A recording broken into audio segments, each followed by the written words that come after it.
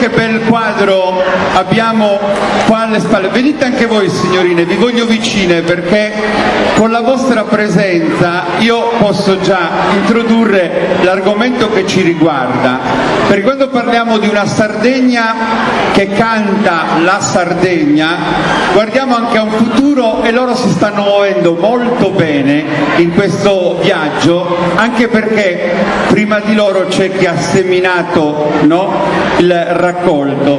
E allora questa sera, io continuo a parlare di sera perché mi dà proprio la dimensione proprio di serale questo Teatro Verdi, ma in realtà siamo ancora prima di pranzo. Che cosa hanno fatto delle scuole che stanno portando avanti la tradizione? Si sono riunite per dare voce ai giovanissimi che interpreteranno il canto tradizionale accompagnati in questo caso dalla chitarra, e sono allievi dei corsi svolti da associazioni culturali che lavorano veramente tanto. Una di queste associazioni è Cantadores Sacchiterra, che parte a sede a Ozieri con l'istruttore Nino Manca che è presente, Boves dell'Obudoro che invece ha sede a Usini e Tino Bazzoni è l'istruttore ed è presente, e poi c'è questa appendice di Olmedo con Costantino Doppiu che qua è anche nelle vesti di genitore, quindi sarà molto contento e orgoglioso di salutare sua figlia. Ma chi sono i protagonisti? Li voglio presentare subito, anche perché un applauso va a Dario Bazzoni, Milena Doppiu, ecco Milena, Giovanni Achenza, che ha tutte, è già i tuoi fan personali, Sara Panda e Monica Sogos. E quindi parliamo di Ittiri, di Olmedo, di Tempio, anche se poi Giovanni è residente a Loiri Porto San Paolo, di Ozieri e di Villanova Monteleone. Quante belle realtà. La chitarra di Paolo Senes di Sorso, gli facciamo un bel applauso, farà da contrappunto al canto dei nostri protagonisti, anche se nella prima parte canteranno alcuni di voi. Vorrei che foste tutti presenti, va bene? Così è bello vedere proprio questo lavoro di gruppo. Se tu sei pronto Paolo, noi siamo già pronti per presentare il re dei canti, il canto in re. E allora è giusto il tempo di concedere ai nostri amici che tecnicamente ci stanno assistendo di mettere tutto a posto e tutto a punto, e poi vedrete come loro interpreteranno questo canto, questo ardimento attraverso l'inerpicarsi delle note. Voci giovani, ma attenzione perché sono le voci del nostro futuro. Allora ci siamo? Pronto? Applauso alla tradizione che nasce.